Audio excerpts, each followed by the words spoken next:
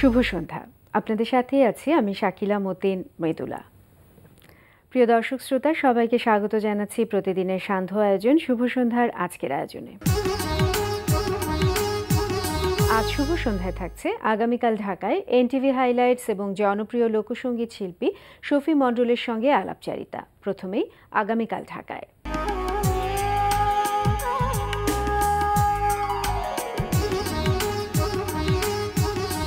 আগামীকাল ঢাকায় শুরুতেই জানিয়ে দিচ্ছি লোকসঙ্গীত উৎসবের সময়সূচি।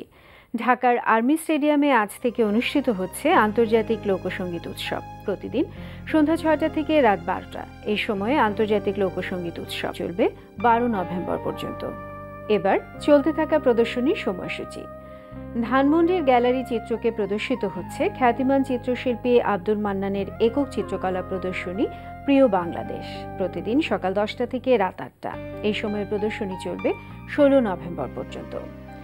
ধানমন্ডির আলিয়াস প্রসেস গ্যালারিতে প্রদর্শিত হচ্ছে আলোকচিত্র প্রদর্শনী নভেম্বরে প্যারিস। ২১টি আলোকচিত্র প্রদর্শনীতে স্থান পেয়েছে।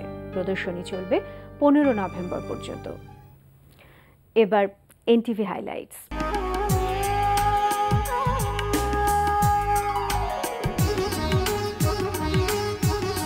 এবার জানিয়ে দিচ্ছি কি কি থাকছে এনটিভির রাতের অনুষ্ঠান সূচিতে।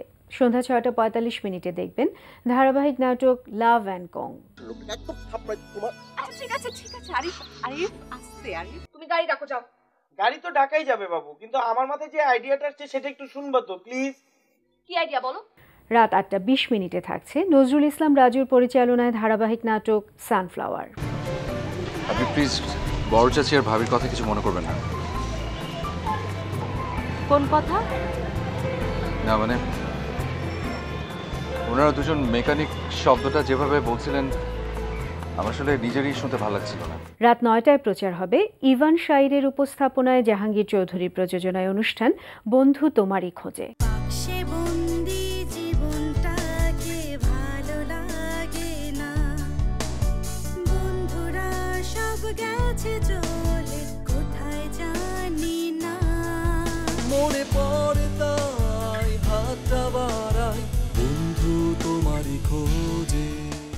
রাত ৯টা ৪০ প্রচার হবে গোলাম সোহরাব দোদুলের পরিচালনায় ধারাবাহিক নাটক সংসার। আসল ঘটনা হয়েছে কি, আপনার মা আমাদের কোম্পানিতে একটা খেলা খেলেছিল। সেই খেলাটা খেলে সে একটা পুরস্কার জিতে গেছে।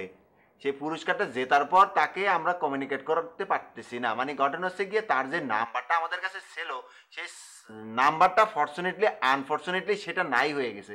সেই জন্য তাকে আমরা খুঁজতেছি। ও আচ্ছা, ঠিক আছে, আমি এক্ষুনি আপনাকে আম্মুর নাম্বারে টেক্সট করে দিচ্ছি, নো প্রবলেম। রাত ১১টা ৩০ সরাসরি সম্প্রচার হবে জোনায়েদ বিন জিয়ার প্রযোজনায় অনুষ্ঠান মিউজিক অ্যান্ড রিদম।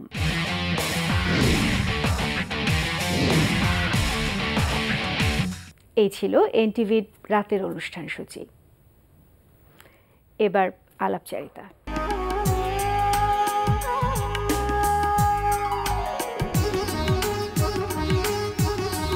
কুষ্টিয়ার কুমারখালীর ছেউরিয়ায় অনুষ্ঠিত হচ্ছে লালন মেলা। প্রিয় দর্শক, লালন মেলা ও ঢাকার আর্মি স্টেডিয়ামে আজ থেকে অনুষ্ঠিত লোকসঙ্গীত উৎসব নিয়ে কথা বলতে আমাদের সঙ্গে আছেন জনপ্রিয় লোকসঙ্গীত শিল্পী শফি মণ্ডল। চলুন কথা বলি তার সঙ্গে।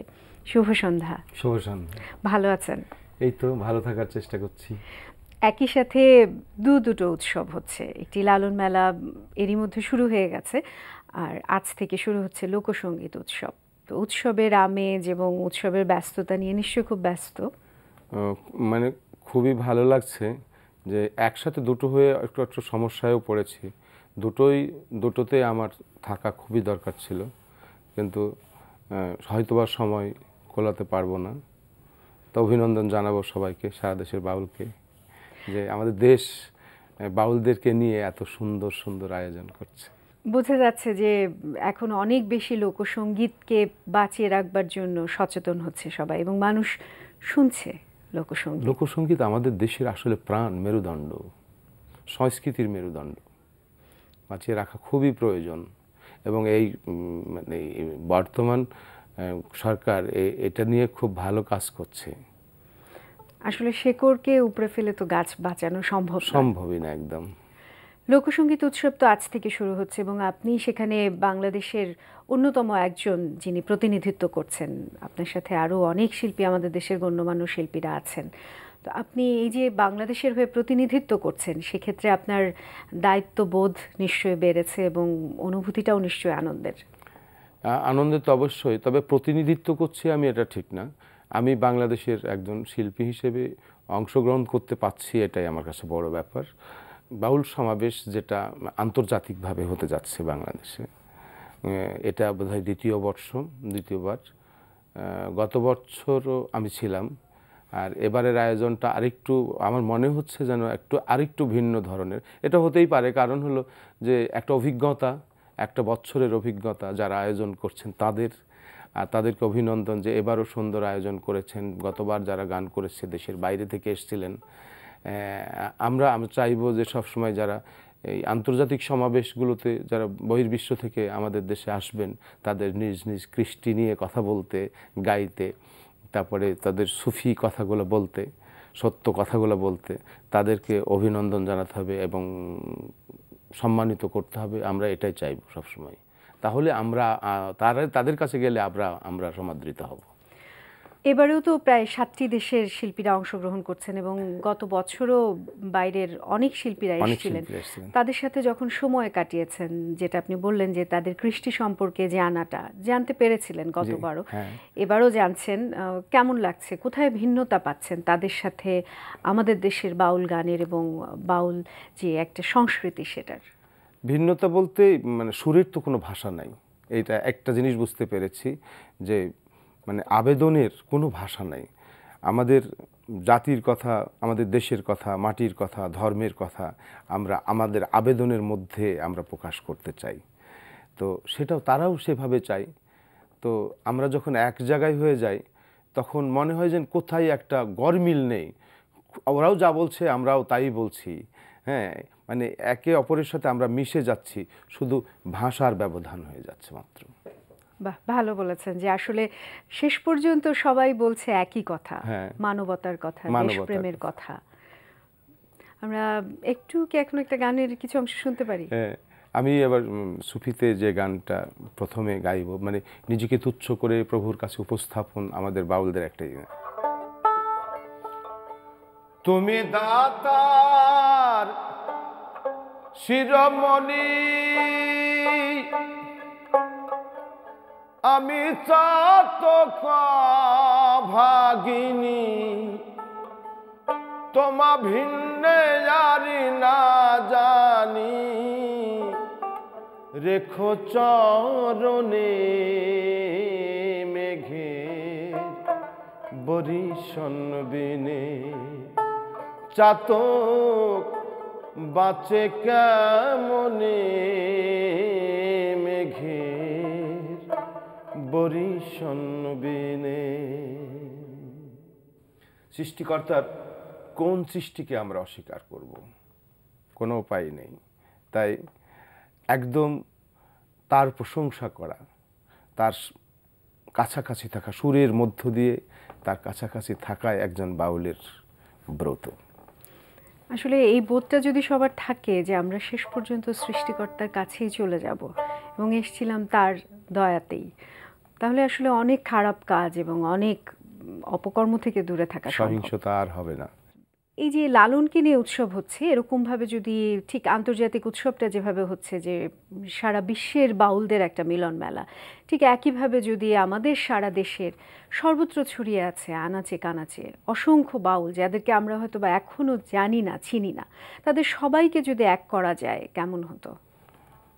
আসলে আমার মনে হয় যে সবাই এক হয়েই আছি। আমরা আলাদা করে কাউকে নিয়েছে মাত্র দেশ। তো এই প্রথমবার শুরু করেছে বাংলাদেশ শিল্পকলা একাডেমি। 64টা জেলা থেকে 64 জন গুণী বাউল শিল্পীর ওখানে আমন্ত্রণ জানিয়েছে এবং ঢাকা থেকেও বেশ কিছু বাউল স্পেশালি শিল্পকলা একাডেমির যাবে এবং যেখানে যাচ্ছে বাউলরা, কুষ্টিয়া সেউরিয়া, সেটা তো লালনের একেবারে আঁকড়া, সেখান থেকেও 50 জন শিল্পী তারা রেডি করেছেন। তো এত ভালো একটা মজার পরিবেশ হবে ওখানে। আমার মনে হয় খুবই খুবই ভালো হবে। এই প্রোগ্রামটা হওয়ার কথা ছিল অনেক আগেই, গত 16 তারিখে লালন ফকিরের তিরোধান দিবসের কারণেই প্রোগ্রামটা পিছিয়ে আবার এই সময় পর্যন্ত এসছে। আমার মনে হয় আগামীতে সারা দেশের সকল মহাজনগুলো, লালন ফকিরের মতো আরও অসংখ্য মহাজন আছে বাংলাদেশে, যা পৃথিবীতে বিরল। এরকম মহাজন পৃথিবীতে আর কোথাও নাই। আপনি যেটা বললেন যে এখনো অনেকে আছেন যাদের গান কিংবা যাদের যে তাদের মতবাদ সেটা হয়তো আমরা এখনো খুঁজে পাইনি, বাউলদের কাছে হয়তো বা আছে। তো আর শুরু হলো যখন, তখন এটা নিয়ে অবশ্যই আবার পরবর্তীতে আরো অনেক কাজ হবে আমার বিশ্বাস। আপনারা যারা বাউলদের প্রতিনিধিত্ব করছেন, অনেক বাউল আছেন যাদেরকে আমরা এখনো খুঁজে পাইনি, আমাদের সেই সৌভাগ্য হয়নি, কিন্তু আপনারা যারা তাদের প্রতিনিধিত্ব করছেন, আপনারা কি পারেন তাদের যে অনেক গান আছে, অনেক সুর আছে যেগুলো হারিয়ে যাচ্ছে কিংবা আমরা জানছি না, সেগুলো যথাযথ জায়গায় পৌঁছে দেয়া? আমরা চেষ্টা করছি, সব সময় অহর্নিশি চেষ্টা করছি।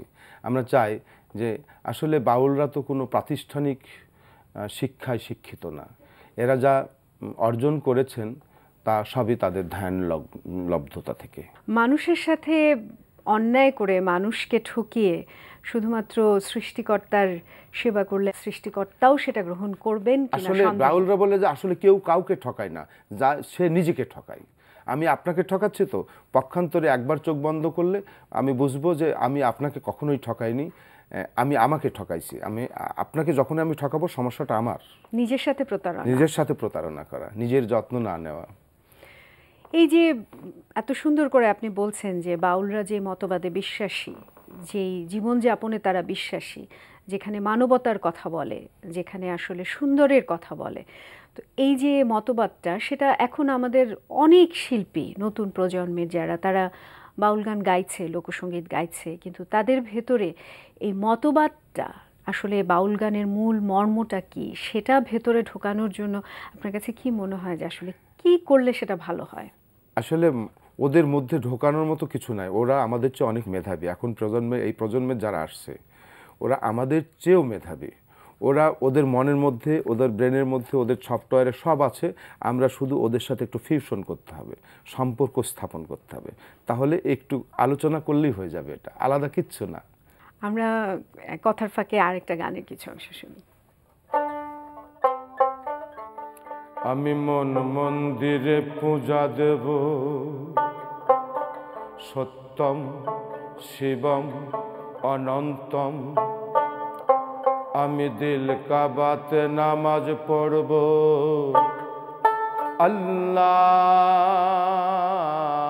আল্লাহু আকবার।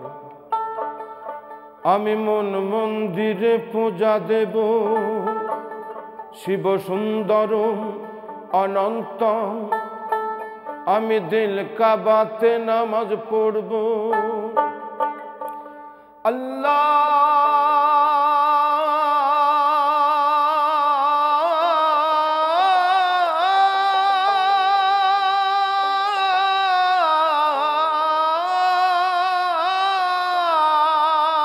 আল্লাহু আকবার।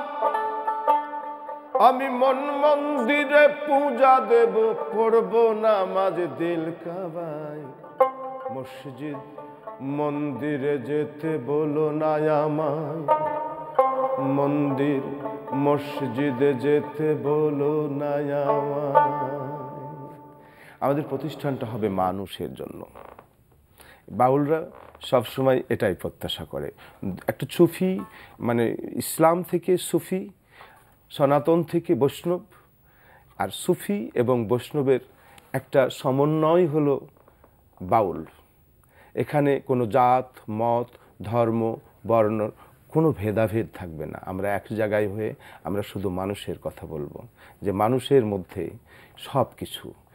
প্রভু যদি কখনো ধরাধামে আসেন, সেটা মানুষের মধ্যেই আসবেন। কুলবিন মোমেনিন আর সে আল্লাহ। প্রত্যেকটা মানুষের কাল হলো আল্লাহর আসন। আন্তর্জাতিক যে উৎসবটা হচ্ছে লোকসঙ্গীত, এবারে দ্বিতীয়বারের মতো আমাদের বাংলাদেশের বাউলদের সাথে বিদেশি বাউলদের একটা সমন্বয় হচ্ছে। আপনি কি মনে করেন যে এতে করে আমাদের যে বাউল সঙ্গীত, সেটা আন্তর্জাতিক অঙ্গনে প্রতিষ্ঠিত হতে কতটুকু পথ আরও পরিশীলিত হচ্ছে? আমাদের যে বাউল সঙ্গীত, এটা মানে একেবারে নিঃসন্দেহে ধরে নেবেন যে আমার বিশ্বাস, এটা আমার জন্য আমি অহংকার করছি না, আমাদের দেশের যে বাউল সঙ্গীত, আমাদের যে কৃষ্টিটা, এটা সারা বিশ্বে সবার চেয়ে এমনি সমৃদ্ধ। আমাদেরটা নিয়েই সবাই নাড়াচাড়া করে, তাই আমাদের সাথে ওদের সম্পর্কটা ভালো হওয়া স্বাভাবিক। আমরা আমাদেরকে চিনি না, কিন্তু তারা ঠিকই চেনে আমাদেরকে। বাংলাদেশে যে অসংখ্য মহাজনের কথা বললাম, প্রত্যেকটা মহাজনের প্রত্যেকটা বাণী এতই সমৃদ্ধ বাণী যে আমাদের প্রচার করার কিছু নাই। এই বাণীর পিছনে আমাদের মতো বাউল দৌড়ায়ে ফের পাবো না, বাণী এত সমৃদ্ধ। তাই সে বাণীগুলো সারা বিশ্বের সকল বাউল তারা নিজ নিজ দেশের কৃষ্টির সাথে আমাদের এই বাউল দর্শনটাকে নিয়ে তারা অলরেডি গবেষণা শুরু করেছে। আমি এটাই ভাবছিলাম যে আমরা নিজেরা হয়তো গবেষণা করছি না সেইভাবে, কিন্তু বিদেশিরা কিন্তু প্রচুর আগ্রহী আমাদের দেশের যে সংস্কৃতিটা, ঐতিহ্যবাহী সংস্কৃতি, সেটা নিয়ে গবেষণা কাজ তারা করছে। এবং সেক্ষেত্রে আমরা যদি একটু এগিয়ে যাই তাহলে অনেক বেশি, আপনি যেটা বললেন যে অলরেডি সুপ্রতিষ্ঠিত, আরও বেশি প্রতিষ্ঠা পাবে এবং এতে করে বাংলাদেশেরই মান মর্যাদা আরও বেশি করে আরও অনেক বেশি বেড়ে যাবে।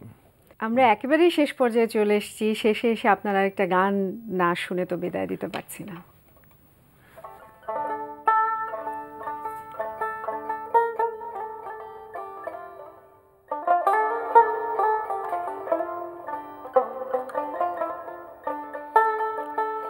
বনের পশু হনুমান রম্বিনে তার নাই রে ধিয়ান, কৈট্যমণি মুদে নয়ন অন্য রূপ না ফিরে চাই, অনুরাগ নইলে কি সাধন হয়, সে তো মুখের কথা নয়, সে তো মুখের কথা নয়, অনুরাগ অনুরাগ অনুরাগ নইলে কি সাধন হয়, অনুরাগ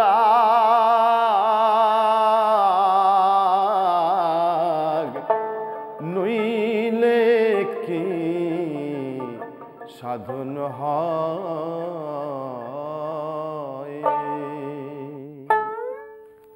অনেক ধন্যবাদ আপনাকে। আপনাকে অনেক ধন্যবাদ।